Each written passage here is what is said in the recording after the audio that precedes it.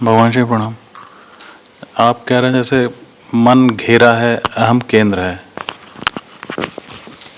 तो अपने अंदर तो कुछ नहीं दिखता, तो जो विचार तो दिख रहे हैं कि विचार है, वस्तु से संबंध है, व्यक्तियों से संबंध है, तो क्या ये विचार ही कंडेंस होकर अहम है? ये जो सब रिलेशन, उसका अलग कोई अस्तित्व तो नहीं है? मतलब उस घेरे का जो नोड हो गई, जिसको कृष्णमूर्ति साहब कहते हैं, it is a node of memory. एकदम ठीक। वास्तव में अगर आप उस घेरे को संकुचित करते जाएं तो भीतर जो बैठा है, जो केंद्र पर, उसका दम घुट जाएगा, वो जी नहीं पाएगा। इसीलिए तो अपने घेरे को और ज़्यादा विस्तृत करता रहता है ना। हम अपनी ज़िंदगी में और चीज़ें क्यों भरते रहते हैं, और ज़िंदगी से कुछ भी निकालना मुश्किल क्यों पड़ता है? देखा है कभी कोई बोलता है कि मुझे अनासक्ति की समस्या है? सुना है कि मुझे समस्या ये है कि मैं बहुत डिटैच्ड हूँ। समस्या हमेशा क्या होती है कि भर लिया और जो भर लिया फिर उसे बाहर नहीं फेंक पा रहे।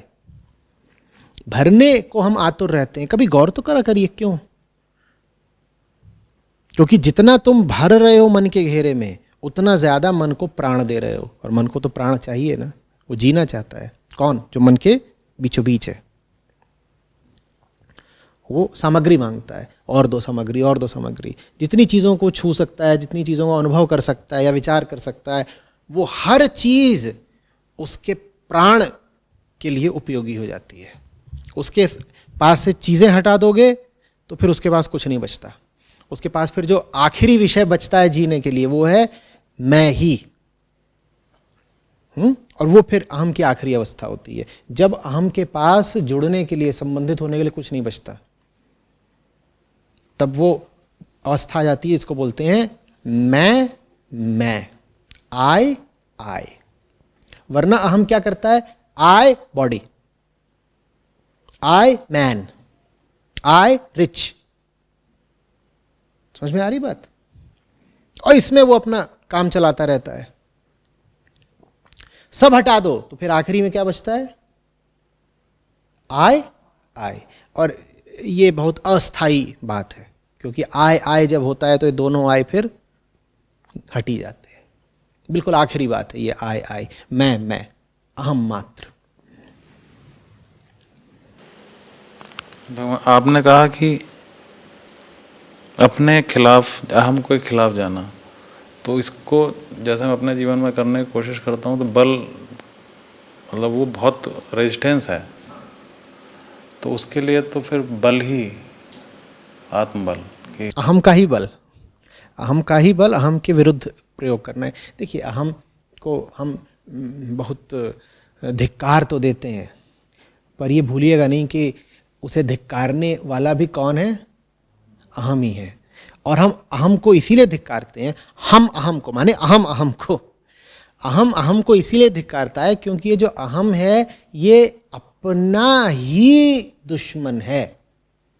जैसे आप अपने आप को ही चांटा मारे कि तुम क्या कर रहे हो अपने साथ।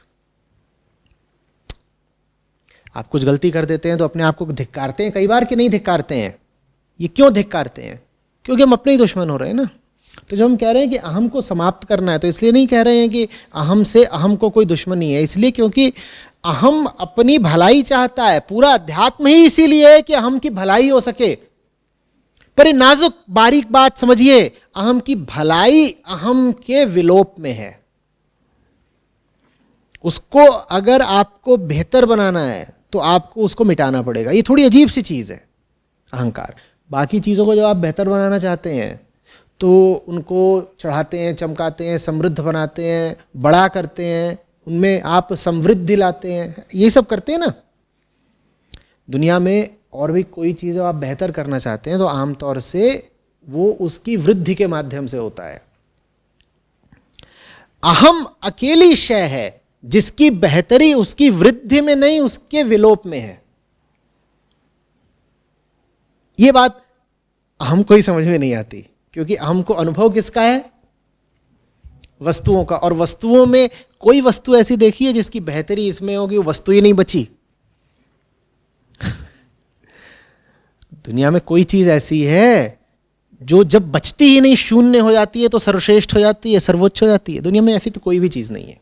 आप ये ज़रूर बोल सकते हैं कि आपके पास एक अनगढ़ हीरा आता है खदान से निकल करके, तो फिर आप उसको तराशते हैं, तराशने में आप उसके कुछ हिस्से हटा देते हैं, तो फिर वो निखर जाता है, चमक जाता है। लेकिन उसके बाद भी, उसके कुछ हिस्सों को हटाने के बाद भी हीरा बचा तो रहता है ना। अहम वो हीरा है जो सबसे ज्यादा तब चमकता है जब वो पूरा ही तराश दिया जाता है कि कुछ भी नहीं बचा। क्या कर रहे हो? हीरा तराश रहे हैं, तराशते जा रहे, तराशते जा रहे हो। कैसा होता जा रहा है? छोटा होता रहा है, छोटा होता रहा है, छोटा होता जा रहा है। और जब वो बिल्कुल नहीं बचता तब वो अमूल्य हो जाता है। जब तक छोटा होता जा रहा है तब बस उसका मूल्यवर्धन हो रहा है, और जब उसमें कुछ नहीं बचता तब वो अमूल्य हो जाता है। खैर, हीरा तो फिर भी एक विशिष्ट उदाहरण है जिसमें कि चीज बेहतर तब होती है जब चीज छोटी होती है। बाकी तो उदाहरण आप दुनिया से ज्यादातर वो उठाएंगे जिसमें जितना बड़ा उतना बेहतर माना जाता है। घर कैसा चाहिए? गाड़ी कैसी चाहिए? दुनिया में जो कुछ भी चाहिए उसके साथ आमतौर पे आप विशेषण बड़े का ही लगाते हैं। बड़ी नौकरी मिली है, बड़ा खूबसूरत है, बड़ा स्वादिष्ट है। तो आशय हमेशा वृद्धि से रहता है, बढ़ोतरी हो। अहम के साथ मामला दूसरा है, वहां पे घटोत्तरी चाहिए। घटोत्तरी का उसे कोई अनुभव नहीं, उसने दुनिया की ओर देखा हमेशा, उसने चीजों को बढ़ते हुए देखा हमेशा, वो घटने को राजी नहीं। उसको घटाना है इसलिए मुश्किल पड़ता है, मुश्किल पड़ता है। लेकिन उस मुश्किल को जीतने के लिए ताकत भी अहम की ही आएगी। कब देगा वो ताकत? अहंकार अपने खिलाफ जाने की ताकत स्वयं देगा, पर किस शर्त पर देगा? जब उसको याद दिलाया जाए कि अपने खिलाफ जाके अपना ही भला कर रहे हो, अपने खिलाफ जाके अपना ही भला कर रहे हो। छोटे छोटे उदाहरण हैं। आपका वजन बढ़ गया, आप दौड़ने जा रहे हैं, अच्छा लगता है क्या? पर फिर भी दौड़ जाते हैं। कौन देता है दौड़ने की ताकत? कौन देता है? जब अपने आप को याद दिलाते हैं कि बेटा किसी और की खातिर नहीं, अपनी ही भलाई की खातिर कष्ट झेल रहे हो, चुपचाप झेल जाओ। किसी पे एहसान नहीं कर रहे हो दौड़ के। सांस फूल रही है, घुटने में दर्द हो रहा है, झेल जाओ, तुम्हारी ही बेहतरी है इसमें। जब आप सर्जन की टेबल पर लेटे होते हैं और अपना पेट खुलवा रहे होते हैं, तो ये जीवन के आनंदप्रद अनुभवों में से है कि आपके ऊपर एक अनजान आदमी और 5-7 और एकदम मुंह ढक करके और हथियार लेकर के और आपको नशा करके, बेहोश करके, कि बहुत सुख की बात है। तो ये कष्ट कैसे झेल जाते हैं? कहां से आती है ताकत? कहां से आती है? इस बोध से कि अगर बेहतर होना है तो तकलीफ झेलनी पड़ेगी। ये तकलीफ तुम्हें परेशान करने के लिए, तुम्हारा शोषण करने के लिए तुम्हें नहीं दी जा रही है। ये तकलीफ तुम्हें तुम्हारी बेहतरी के लिए दी जा रही है। जो आदमी इस बात को जितना ज़्यादा निरंतरता से याद रख लेता है, वो आदमी जीवन में उतनी ज़्यादा प्रगति करता है। वास्तव में प्रगति करने वाले और अवनति झेलने वाले लोगों में भेद ही बस इस बात का होता है। ये अच्छे सूत्र समझ लीजिएगा। प्रगति और अगति किस बात से निर्धारित हो जाती है? बस इसी बात से। उन्नति और अवनति इसी बात से निर्धारित हो जाती है। कौन कितना कष्ट झेलने को तैयार है सही कारण के पीछे? कौन अपनी बेहतरी के लिए कितनी तकलीफ उठाने को तैयार है? कौन सुख की कितनी उपेक्षा कर सकता है?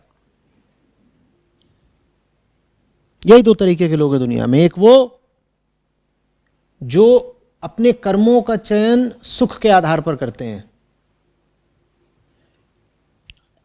और दूसरे वो जो अपने कर्मों का चयन सत्य के आधार पर करते हैं। इसका मतलब ये नहीं है कि सत्य में सुख नहीं है, इसका मतलब ये है कि सत्य में साधारण सुख नहीं है। जो लोग सुख के पीछे जाते हैं वो सत्य तो नहीं पाते, सुख भी साधारण ही पाते हैं। जो लोग सत्य के पीछे जाते हैं वो सत्य पाते हैं और सुख असाधारण पाते हैं।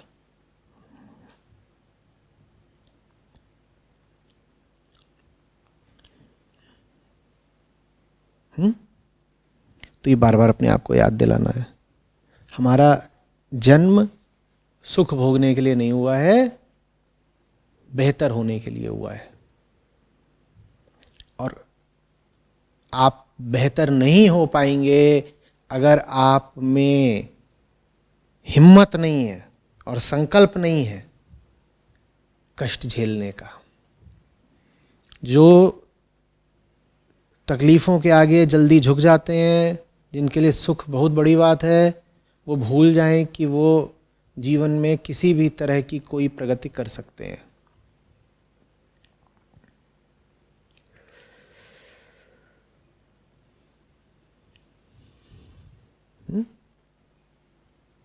लड़ाई है, अपने ही खिलाफ लड़ना होगा।